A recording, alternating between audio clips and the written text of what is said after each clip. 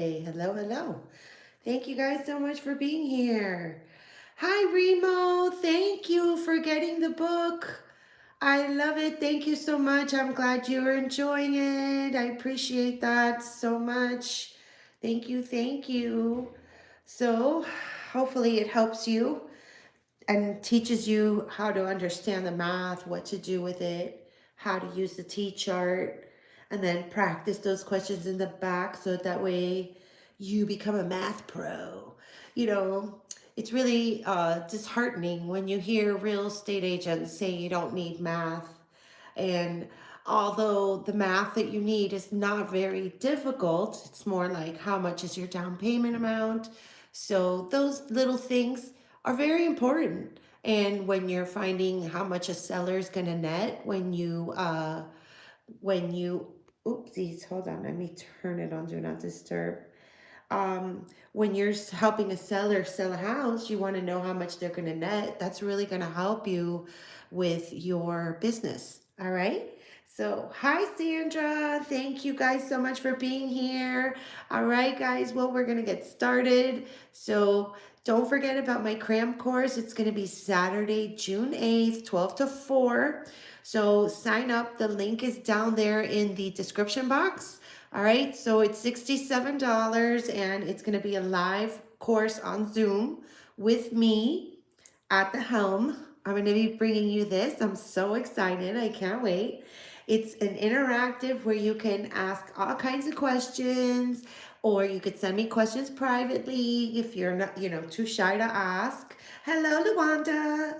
And it's all about the national concepts. Okay, and we're gonna have practice questions. I'm gonna be providing you with my national book that I'm creating.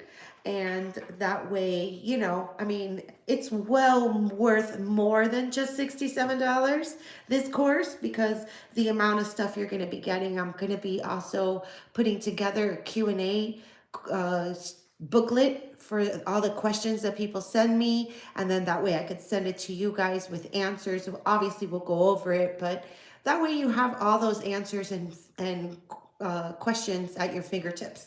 So yes, hello Alicia. Thank you so much for your beautiful comment. I appreciate you. All right, so don't forget it is Saturday, June 8th, 12 to 4 p.m. and that's Eastern time. So sign up. The link is in the description box below.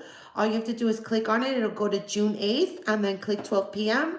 and then fill out that information and pay $67 and you are good. So don't forget, space is limited. So make sure to get in there as soon as possible. All right. Nice to be in this great challenge. Yay! All right, here we goes. Our first question out the door. It says, what is the required down payment to get a new conventional loan with an 80% loan to value ratio on a property appraised at $376,000? So let me know what you guys think the answer is to this. See, this is exactly what I'm talking about when it comes down to what you need to know when you become a real estate agent. How much down payment do you need? All right. So let's see here. What does it say? Hi, Maggie. I'll be on your site for the course. Awesome, Linda. Can't wait. All right, from Illinois. Welcome. Thank you, doll. Love to have you. I have tutored many people from Illinois. So I definitely know that you guys have a pretty rough test there. So, but nothing to be scared about. All right, so let me know where you guys think the answer is to this. All right, we're already getting some answers in. Sandra, don't be sad, honey. All right, so remember when it's saying 80% LTV, the loan amount, that means, remember, what is it that we have with the buyer? So when we're talking about a buyer, because this is what they're talking about. They're talking about a buyer here, okay? So remember, when we're talking about a buyer, we got three things, right? We have a sales price, we have a down payment amount, and we have a loan amount, all right? So remember, sales price is always 100%. And then here we have 80% loan to value. So that means that the loan is ooh, I was going to write loan again. All right. So that means the down payment here, if this is 80% and it's always out of 100, the down payment is 20%. Okay, so 20% of the sales price or the appraised value. So what we could do is now just take out the T-chart. Okay. And we're going to put the appraised value of 376 in the total column. And I would put the down payment percentage, because if that's what's, they're asking, what is the required down payment? So we need to definitely find the dollar amount to the down payment. If it's 20% of the appraised value, I'm going to use 20% here. So that's 20 out of 100. Let's convert it to a decimal. That equals 0.2. So we're going to multiply. So $376,000 times 0.2 is going to give us $75,200. All right, so the answer to this one is C. All right, so if you did not know how to do it that way, okay, another way of doing it is multiplying this times this, then subtracting to this. Okay, so I'm going to do it that way. So let me move this up. Oh, hold on.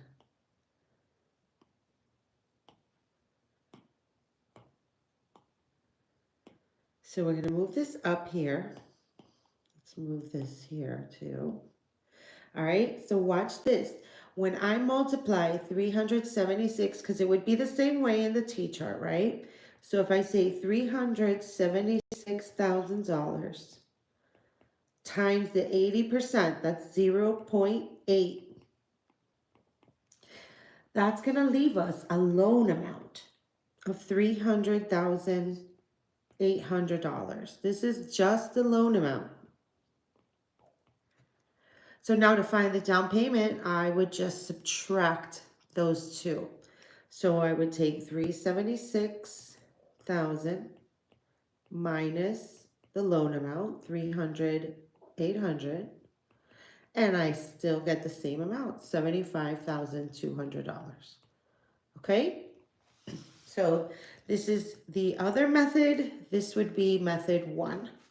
All right, so that way you have either way, you could do this problem in either way.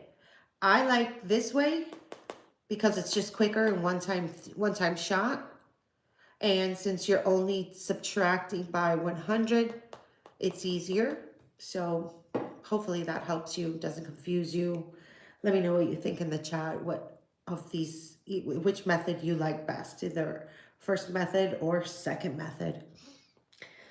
All right, so let's see here. Number 2. Number 2 says, a couple who earns $4,950 per month before taxes, that means gross, wants to make a mortgage payment of no more than 25% of their monthly earnings. Using the table below, determine which interest rate and term will give the couple the payment closest to what they are seeking. Okay? So if they want, it says here, $49,500 gross income, and they don't want 25% of right here, their monthly earnings. What are their monthly earnings? Right here, $49.50. So remember, of means multiply. So we're going to multiply 25% times $49.50. See how easy that is? See how simple math is? So I'm going to work it out in this page. Okay? So it says $4,950 per month gross pay, no more than 25% of their monthly earnings. So we already know that we got to multiply. But if you didn't, what you can do is you can just bring out the T-chart, and I would put this in the total column. So 49.50 and 25% in the rate column. So you see, you're still multiplying. So convert 25%, which is 25 over 100, and that equals 0.25. Let's multiply. So 49.50 times 0.25 is going to give us a payment of $1,237.50. Okay? So they don't want to pay more than this. So let's look in the chart and you tell me which loan, which term and interest rate would be best for this couple. All right, we got someone with an answer in already. Wow. All right, so I would just look for this payment amount, the closest thing.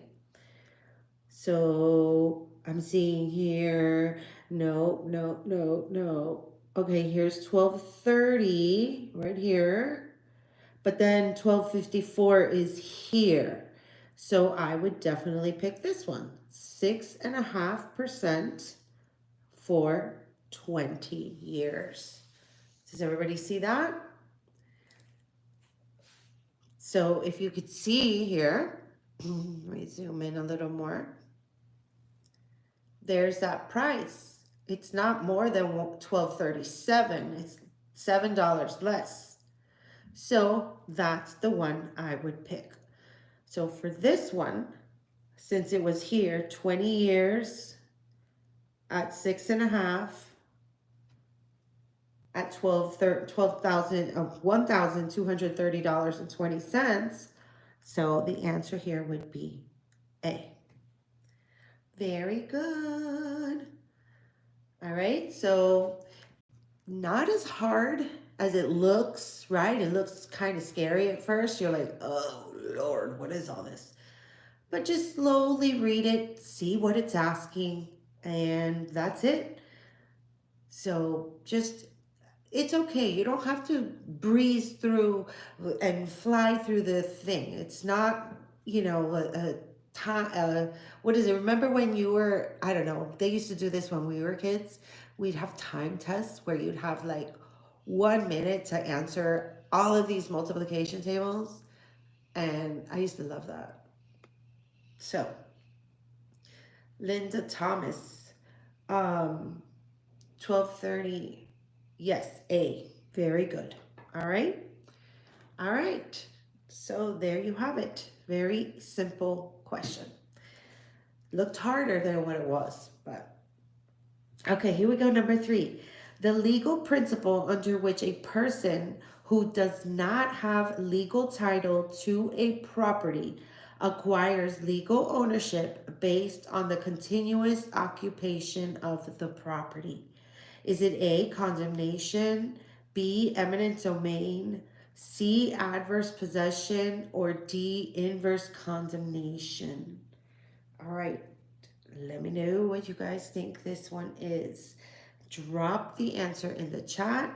Remember, we are talking about a legal principle where a person that is not on the title of this home acquires the ownership of this home legally based on the continuous occupation. Yes, you guys, very good. I'm seeing the correct answer in the chat. It is C, adverse possession. Remember, for adverse possession, it must be open, hostile, and a continuous time in the home with owner's knowledge. No, or I mean, it doesn't need the owner's knowledge, but it usually does. So, all right, it can't be secretive. it has to be open and a hostile kind of takeover. Okay? Very good. All right, number 4. A home buyer is applying for a mortgage loan.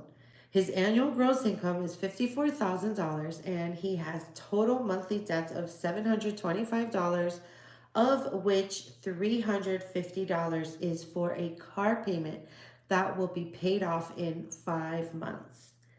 If the lender utilizes the 2836 rule, what would be the maximum housing expenses this borrower would qualify for per month?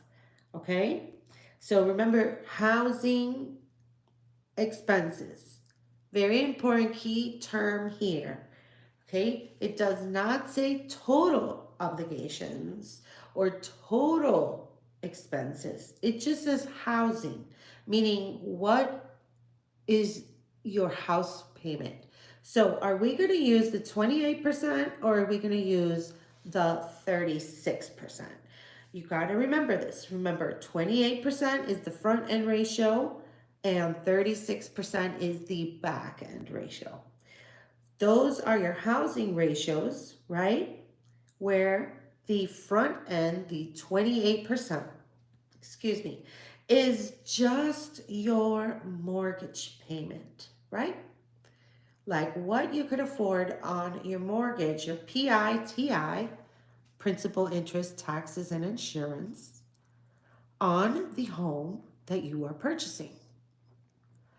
The 36% is the same thing as the 28% plus all the other stuff, your card payment, student loans, credit card payments, all of that stuff. Okay?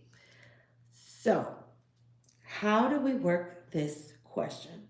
Well, remember, when it comes to these types of questions, very good, Linda. That's right. We're going to be using the 28% of this. Very good. Okay, so if we are going to be doing this, we have to find their monthly gross income. Okay, all right, we're getting answers in already. So we're going to have to find the monthly gross income. And right here, we're talking annual gross income. So we're going to take that money, $54,000, and we're going to just divide it by 12, right? To find our monthly amount.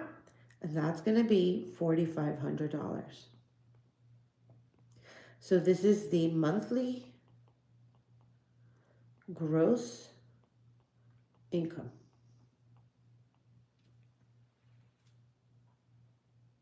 Marco, I'll explain it now. Okay? So monthly gross income here. Now, let me take out my little chart. Okay. Now, you might not, let me zoom in. Okay. So we have this chart here. Okay? This right here is the housing ratio, meaning your front end ratio. Okay? And what we're looking at are these ratios right here, the conventional. Okay? The 2836. So they're looking at a conventional loan here.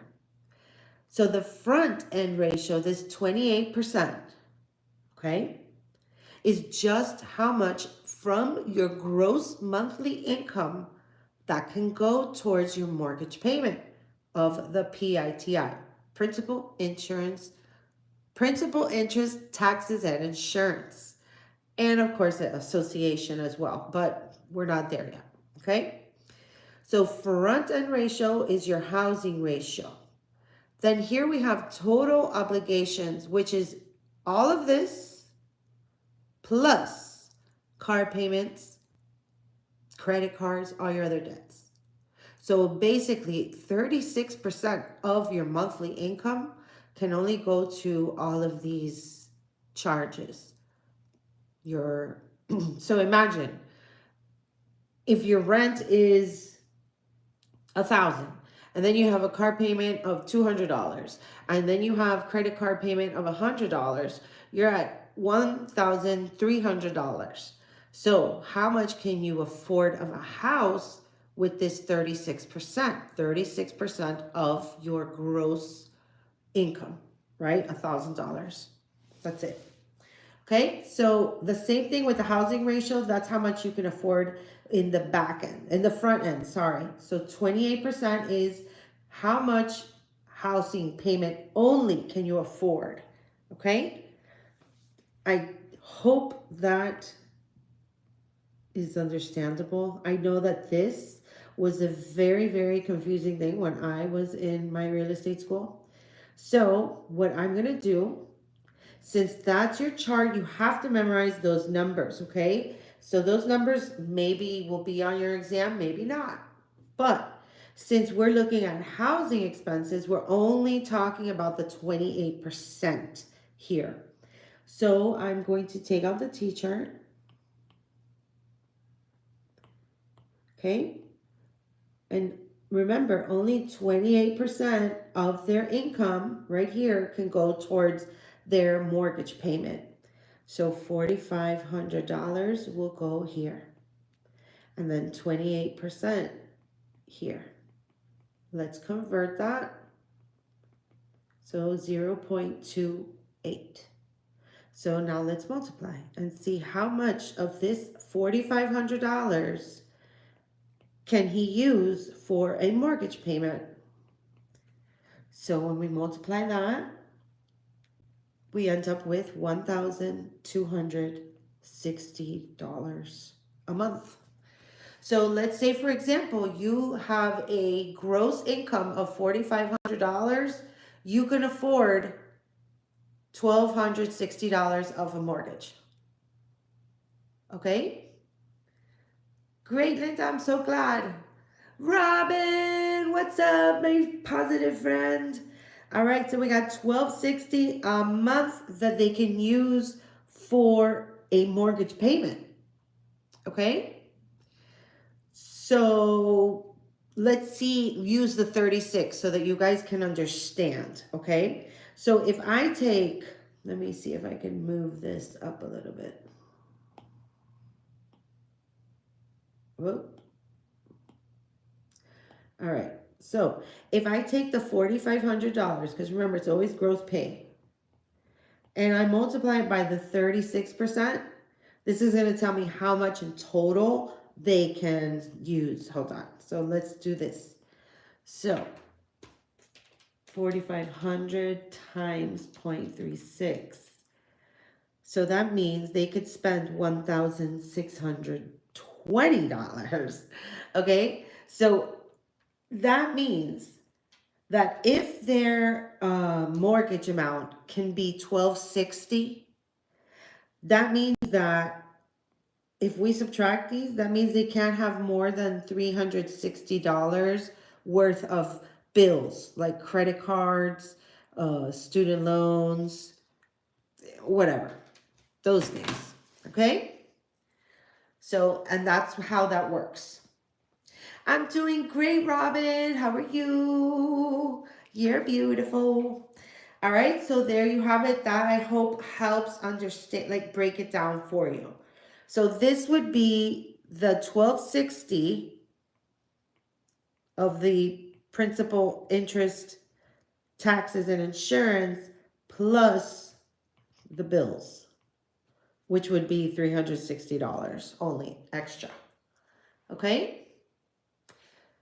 Hopefully that helped, because that was super confusing when I was a real estate student. Like utterly, utterly confusing.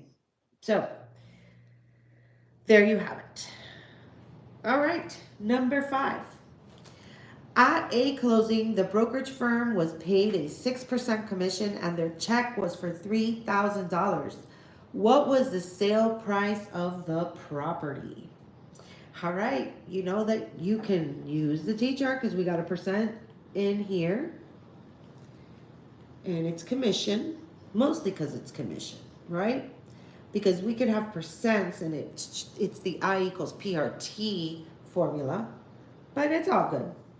So let's see here. At closing, the brokerage firm was paid a 6% commission, and their check was for $3,000. They want to know what was the sales price of the property. So let me know what you guys think the answer is. And remember, sale price of the property is this on the T chart. So let's see what you guys think. All right, we're getting some answers. Woo woo. Okay, so let's see here. So remember, if you have a 6% commission and the commission check was for $3,000, you can use that. Okay, so we're gonna put 6% in the rate column. What I mean is that you could use that because remember in other problems you have to subtract by 100 to get the other percentage, right? Like in seller net. So, but here, since they're talking all about commission, the percentage and the total, you can use it. Okay, that's the trick of this T chart. So we're going to convert 6% to a decimal. So just divide by 100, and that equals 0.06. And then we're going to use 3,000 for our part, since what we're looking for is this. So we're going to just divide now. So $3,000 divided by the 0.06 is going to give us a sales price of $50,000. Nice. So the answer here is D. Good job, you guys. Very, very good. You guys crushed that one. That is awesome, awesome, awesome. All right, let's see here. I don't think we have a problem with that one. Unless you guys have a question, please let me know in the chat. If you guys have any questions whatsoever, comments, concerns, let me know what you guys are thinking. What else I could bring you. I want to know what you guys think. So, yay, Alicia. This is easy. Good, Marco, I'm glad. All right, guys, don't forget about my cram course. It is for the National Real Estate Exam portion of your, exam, obviously. I'm calling it Exam Blitz. This is what it's called. And it is going to be a live on Zoom interactive type of a course where I bring you all the concepts that you're going to find in your national portion of your exam, with Q&A session, national concepts, and practice questions, so that way you guys can take that with you and practice. And you're going to also have a little booklet that I'm creating for you that is going to have all the national terms and fun stuff in there in a really cute and creative way. So it's only $67. And remember, space is limited, so you could sign up through the description box below. There's a link, and it's June 8th, 12 to 4 p.m. And it'll be a really good time to network, get to know other people in your state, maybe learn with other people. I mean, it's never bad to network when you're in real estate, so definitely a good thing to do. So check it out. I'd love to have you. So yeah, sign up today. All right. Also, don't forget about my e-workbook. It's called Math Skills for Real Estate Success. You got 100 math practice questions similar to what you may see on your exam, and it goes over all the concepts from area all the way to proration. Okay, for this live, you get $5 off using the promo code FLASH5, and you could find the link to this book in the description box below. All right, I need to invest in a calculator. Marco, look, if you're going to invest in a calculator, you need to know it has to be for function, okay? So it has to have just add, minus, multiply, and divide. And it has to be like these, like something like this where it's only 4 things. It can't be like a scientific calculator. It can't be a graphing calculator, a financial calculator. Those are all no-nos. It has to be one of these, okay? So just remember that. All right. Okay, guys, here we go. Number 6. It says the type of depreciation used by appraisers in which the amount of depreciated value is equal each year is known as the A, straight line method, B, accrual method, C, chronological method, or D, graduated method. All right, let me know what your answer is. Drop that. This should be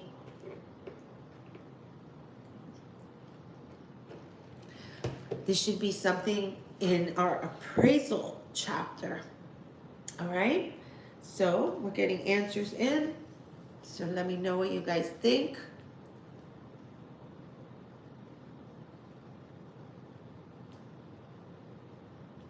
Okay, remember, a good rule of thumb when you are taking your exam is if you have never heard of a term, don't pick that answer. Okay? Like sometimes we might see something that we've never seen. Like me, for example, when I took my exam, I had no idea what purchase money mortgage was. And I was like, what the heck is this? And I kept seeing it all over my exam. And I was like, what the hell is this? Okay. So that was the first thing I did when I failed that exam. I came home and I looked what the heck that was. And yeah, I found out it was seller financing. So sometimes you may not know the words, but it's all good. So for this one, okay, when we are talking about appraisals and the depreciated value, remember you're going to get, like, for example, a roof is $30,000 and has a life of 10 years.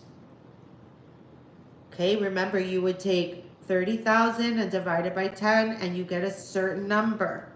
And that's the number that you can use to then depreciate for every year. That was called straight line depreciation. So the answer here is A. Okay. That's how it was. If you guys have any questions on this kind of stuff, the straight line depreciation, you should go check out my video right here on YouTube. That is it's called the approaches to value. Okay, approaches to value, and it goes over my CIA CBS method. It goes over this information, right? The income approach. It goes over all of the approaches, okay? The 3 approaches. So go check it out. All right, here we go. Number 7. The apparent age of a property is known as its A, physical life, B, chronological age, C, economic life, or D, effective age.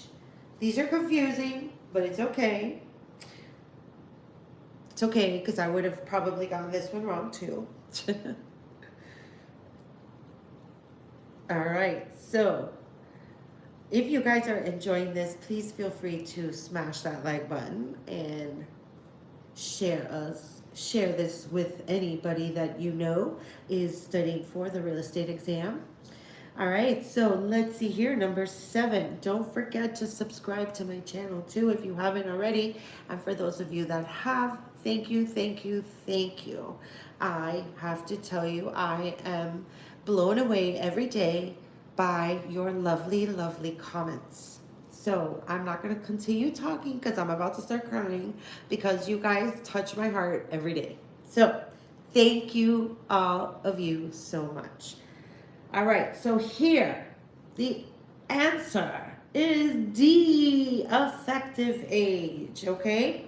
So the property is always based on the effective age. The apparent age of a property is always the effective age. Silly, but whatever. All right, next up, we got number 8. It says, which of the following is an executory contract? Okay, is it an expired lease, a sale contract before closing, a recorded sale contract, or an option to buy after it is exercised. So, which of the following is an executory contract? Okay? Executory, not executed. Not executed. Remember, there is a difference. Okay? So we have executory. Oh,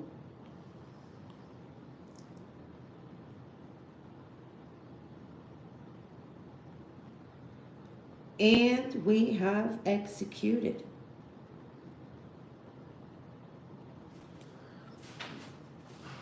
Okay? I love how my writing goes like in an angle like that. Anyway, so do we have any answers up in here? We do.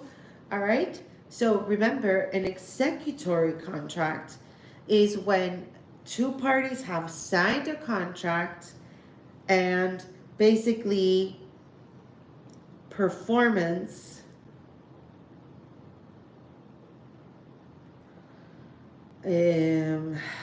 has yet to be completed.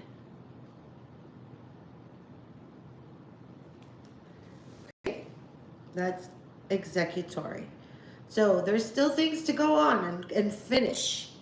Executed is performance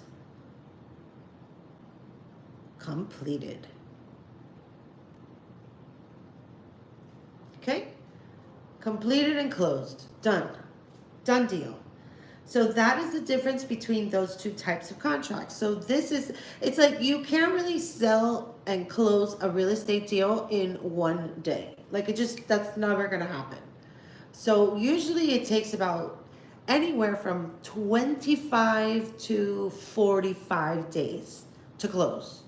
Okay? There's a million things going on. There's all these people juggling all these things. You got the lender, the title company, all those title work, if there's liens on the property that you have to fix, and I mean there's just so many moving parts at the same time, okay, going on when we're in a closing for real estate.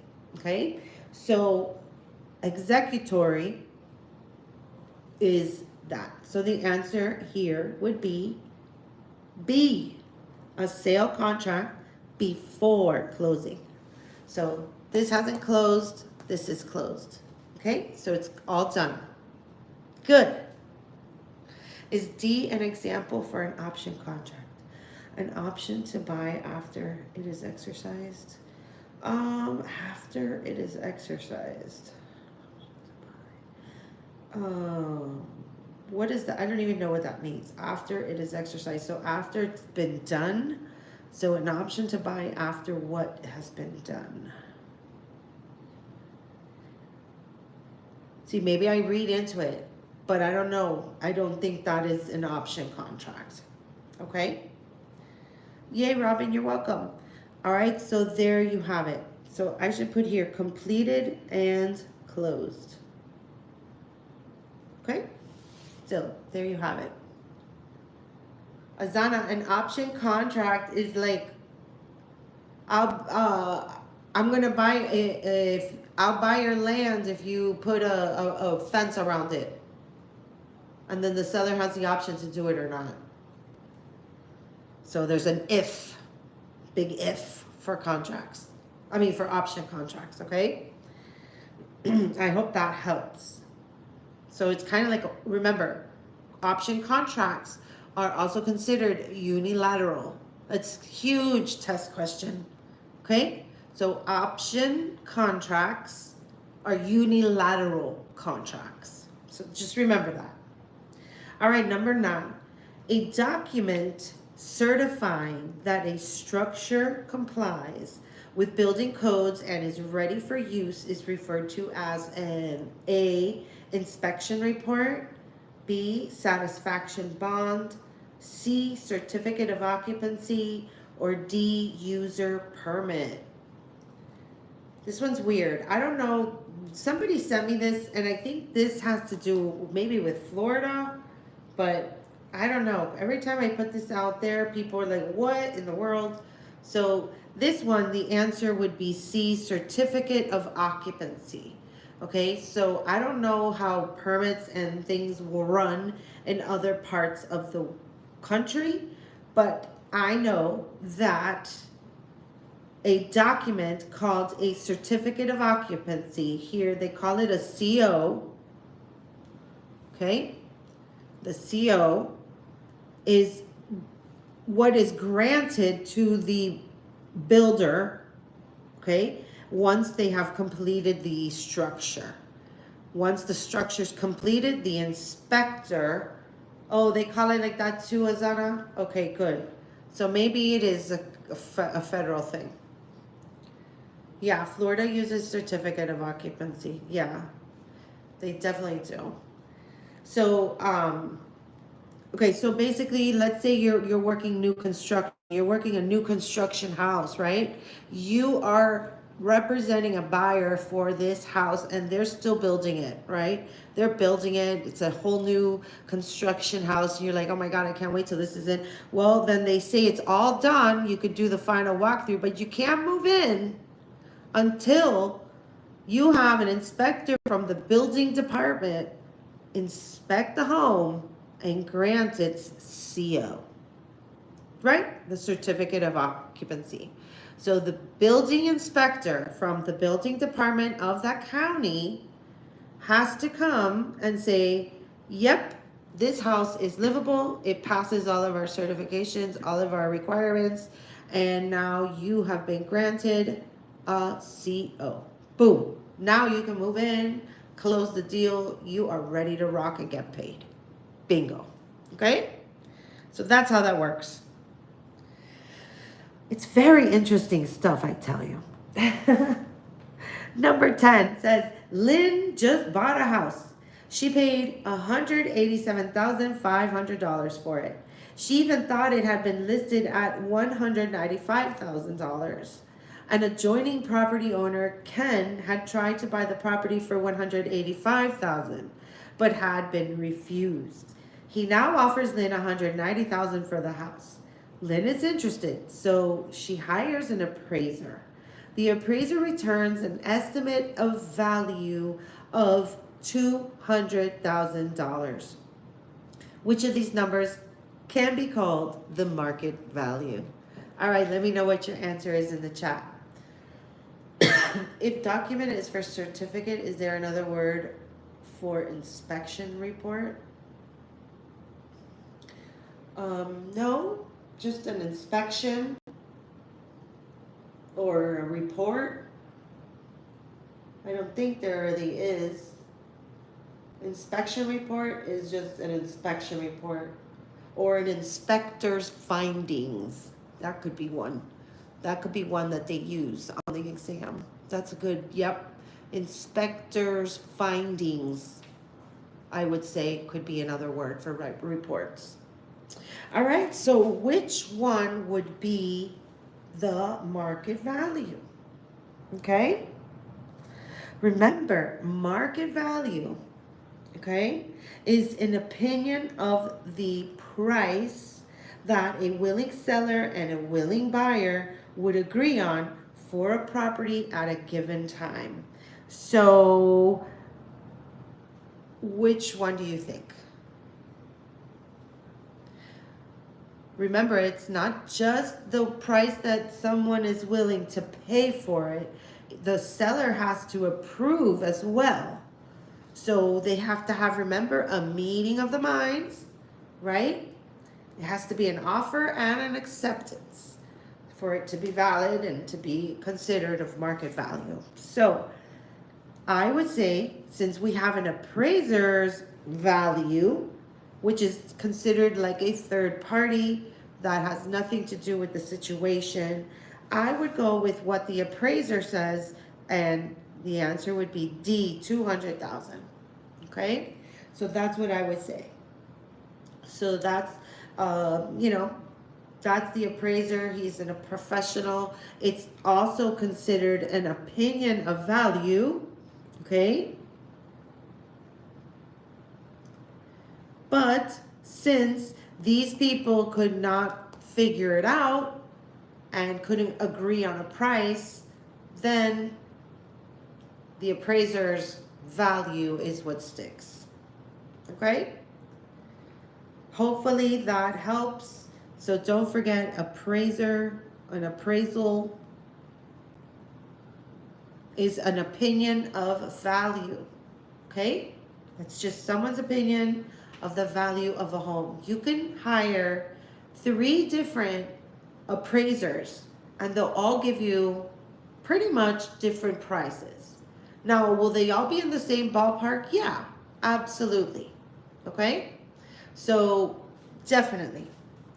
Chicago exam asks a lot of questions like this on our exam. Oh, okay. Yeah, I understand. If it's a mutual meeting of the minds, wouldn't it be a price in between that the potential buyer offered and what the seller would be willing?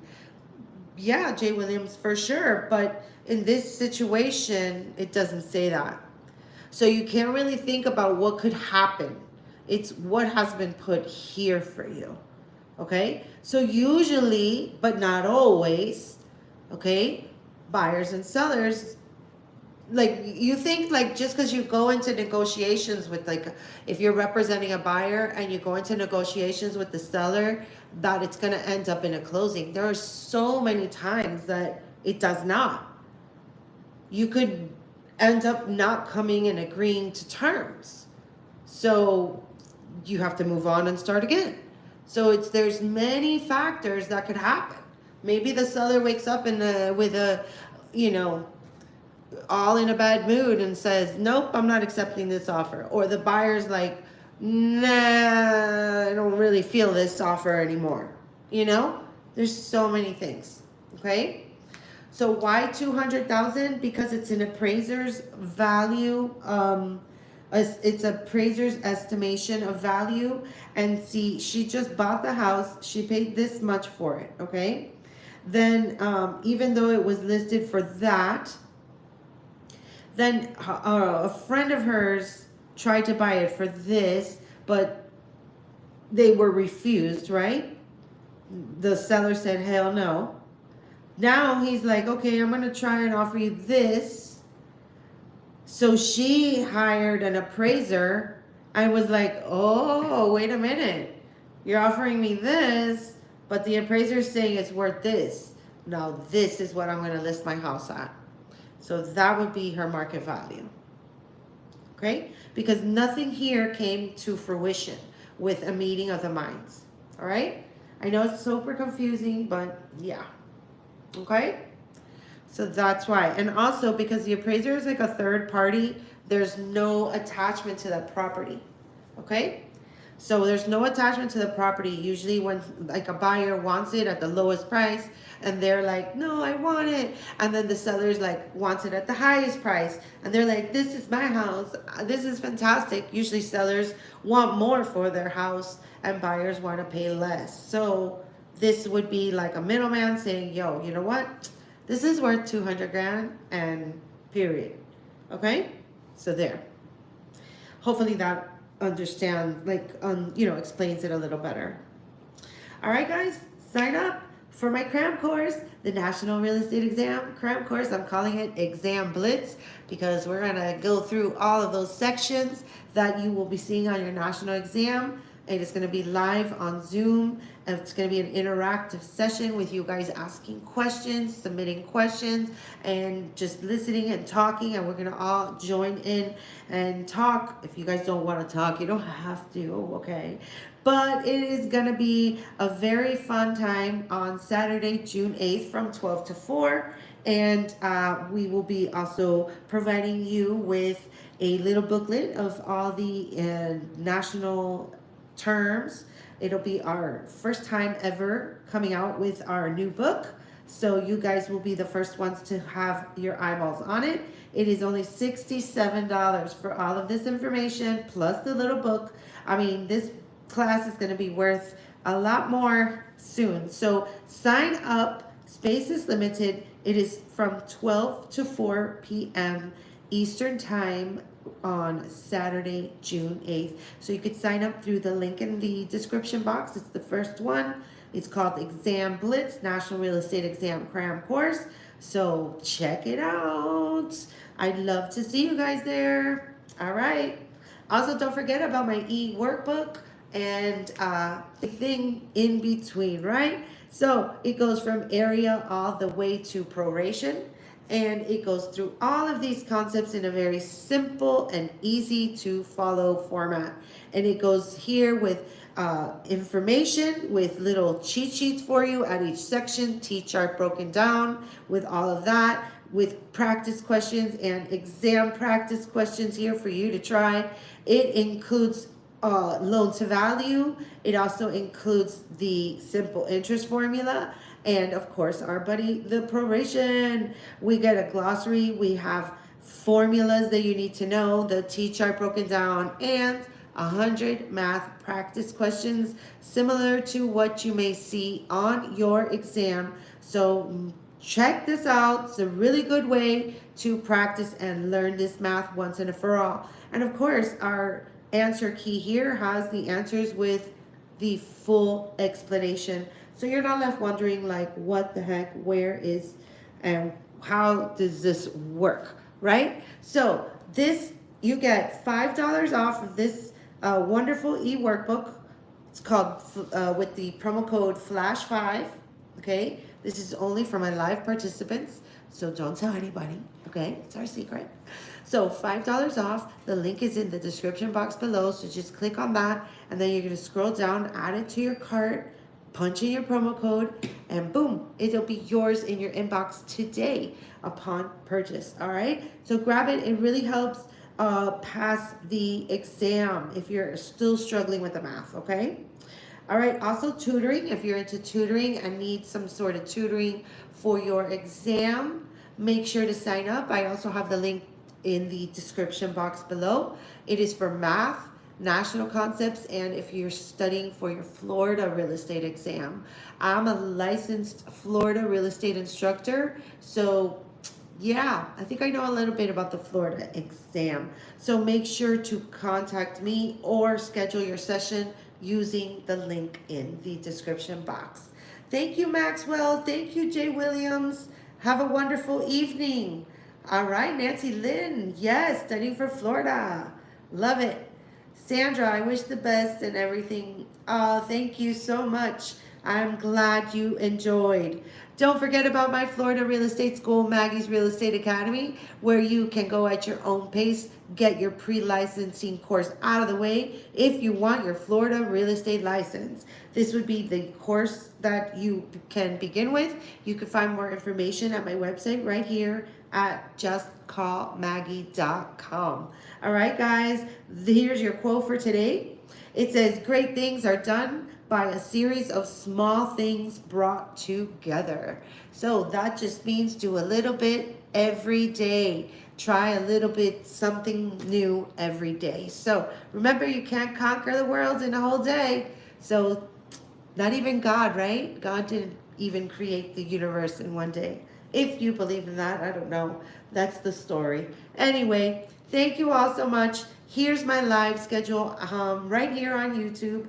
And it is Monday and Thursdays at 11 a.m. and Tuesdays and Wednesdays at 4 p.m. Thank you all so much. Don't forget to follow me on Facebook, Instagram, TikTok, and subscribe to my YouTube channel. Just Call Maggie is where it's at. No spaces, no dots, no numbers, all letters. All right, guys, thank you all so much for your time and your support and your wonderful, wonderful, kind words. Thank you all. I appreciate you. Have a lovely day, and I'll see you guys tomorrow at 4. Take care. Bye-bye.